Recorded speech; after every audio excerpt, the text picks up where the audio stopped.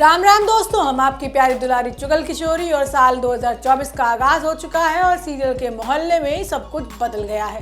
अनुपमा की इज्जत खतरे में है, लेकिन कहते हैं ना कि भगवान किसी को मदद के लिए भेज ही देता है। तो एक बार फिर फरिश्ता बनकर अनुपमा की जिंदगी में कोई आ रहा है। तो वहीं दूसरी तरफ अब छोटी का गुस्सा श्रुति को झेलना पड़ेगा। वहीं ये रिश्ता में चक्की के दो बाटों की तरह बीच में फंस गया है अरमान। अब अभीरा को देखे या रूही को, क्योंकि दोनों की जिंदगी बर्बाद करने का आरोप तो उसी पर लगा है। जबकि गुमे किसी के प्यार में सभी का पूरा परिवार खत्म होने वाला है और सभी ईशान को कातिल मानेगी। अब ये तो थी मोटा मोटी जानकारी, लेकिन पूरी जानकारी के लिए रोज की तरह आपको हमारा शो देखना होगा। तो चलिए पहले अमेरिका चलते हैं और जानते हैं कि अनुपमा क्या कर रही है। अनुपमा में एक मुसीबत से अनुपमा निकलती नहीं कि दूसरे में फंस जाती है। फिलहाल बेचारी के पास छत नहीं है, लेकिन यशपाल की माँ है ना, वो अनुपमा के लिए देवी बनकर आएगी और उसकी मदद करेगी। हालांकि यशपाल नहीं चाहता कि अनुपमा वापस आए, लेकिन उसकी माँ के सामने उसकी चलती कहाँ है।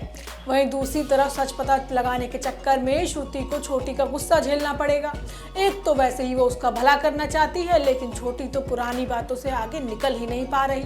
होता ये है कि कल तक अनुज को अनुपमा दिख रही थी, लेकिन हम नहीं कहते थे कि अनुज का ये सपना है। अब अनुज अपने सपने से बाहर आ चुका है। तो वहीं दूसरी तरफ शाह हाउस में वनराज ऑफिस की सफलता का सेलिब्रेशन करता है। वो काव्या को पार्टी में साथ चलने के लिए धन्यवाद भी देता है और कहता है कि अनुपमा पार्टी में ले जाने लायक नहीं थी। तब काव्या उसे खरी खोटी सुना देती है। काव्या कहती है कि तुमने अनुपमा को कुछ करने ही कहाँ दिया, लेकिन आज वो अमेरिका में बैठी है। इंसान गिरने के बाद खड़ा नहीं हो पाता, लेकिन अनुपमा तो 7 समुंदर पार करके चली गई। मेरे पास तो अनुपमा जैसा जज्बा है ही नहीं। अब इस पर वनराज कहता है कि सिर्फ अमेरिका गई है। तब काव्या उसे बोलती है कि इतना है तो तुम भी क्यों नहीं चले जाते। उधर अनुपमा आधी रात को सड़कों पर भटक रही है। वो घूमकर फिर दोबारा उसी होटल के सामने पहुंच जाती है जहां वो काम करती थी। अब वहां पर विक्रम उसे मिलकर यशपाल से बात करने का वादा करता है। अब इसी बीच अनुपमा सड़क पर खड़ी है और वहां से आने जाने वाले मर्द उसे गंदी नज़र से देखते हैं, जिस वजह से अनुपमा घबरा जाती है। तभी वहां पर यशपाल की माँ आ जाती है और उसे होटल के अंदर लेकर आती है। अब मजबूरन यशपाल को अनुपमा को दोबारा नौकरी पर रखना होगा। इसी बीच छोटी अनु को फिर से पैनिक अटैक आता है और वो श्रुति के मुंह से जोशी बहन का नाम सुनकर और भड़क जाती है। अब देखना होगा कि श्रुति के सामने अनुपमा का सच आ भी पाता है या नहीं।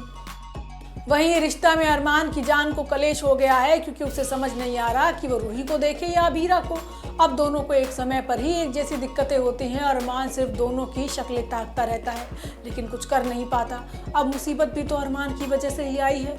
अरे ये हम नहीं बल्कि स्वर्णा कह रही है, जिसने उसे खूब सुनाया है, और कितना सुनाया है कि हम आपको क्या ही बताएं। तो वहीं अभीरा बिना गलती के बेचारी आंसू बहा रही है। आज होता ये है कि आर्यन अपना मैच जीत चुका है और सभी लोग घर में खुशियां मना रहे हैं, नाच गा रहे हैं, लेकिन रूही सब पर पानी फेर देगी। उसे पता चल जाएगा कि अभीरा उसके बीनानू से बात करती है। फिर क्या, वो तो पूरे परिवार के सामने अभीरा पर चिल्लाने लगती है और सवाल करती है। अब बाकी घर वाले भी अभीरा से सवाल करते हैं कि जब रूही को पसंद नहीं है तो क्यों उसके मायके वालों से जबरदस्ती रिश्ता रखना।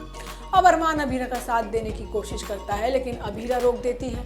अब बीनानू ने कहा है ना कि भाई रूही को मत बताना, इसलिए बेचारी ने अपना मुंह बंद कर रखा है। अब रूही भागी भागी अपने बीनानू से मिलने के लिए पहुंच जाएगी और खूब रोएगी और शिकायत भी करेगी कि उससे पहले अभीरा को कैसे पता चल गया कि तुम्हारी तबीयत खराब है। अब अरमान को देखकर स्वर्णा भड़क जाएगी और सारा गुस्सा उस पर निकाल देगी कि रोहित, अभीरा और रूही की जिंदगी तो तुमने बर्बाद की है। अब अरमान नहीं समझ पा रहा है कि वो किसे संभाले और किसको नहीं। वहीं दूसरी तरफ दादीसा को लगने लगा है कि भाई अभीरा वो चावल का कंकड़ है जिसे खाया नहीं जा सकता। वहीं गुम किसी के प्यार में मौत, प्यार और शादी के बीच झूल रहा है ईशान, तो सभी अपने पूरे परिवार को खोने वाली है। अरे समृद्ध सभी के पूरे परिवार को किडनैप कर लेता है। अब समृद्ध दावा करता है कि अगर सभी उससे शादी नहीं करेगी तो वो पूरे परिवार को मार डालेगा। वहीं दूसरी तरफ ईशान सभी को बचाने के लिए गुंडों से भिड़ चुका है और 2-4 को चटका भी चुका है, लेकिन अब तो धमाका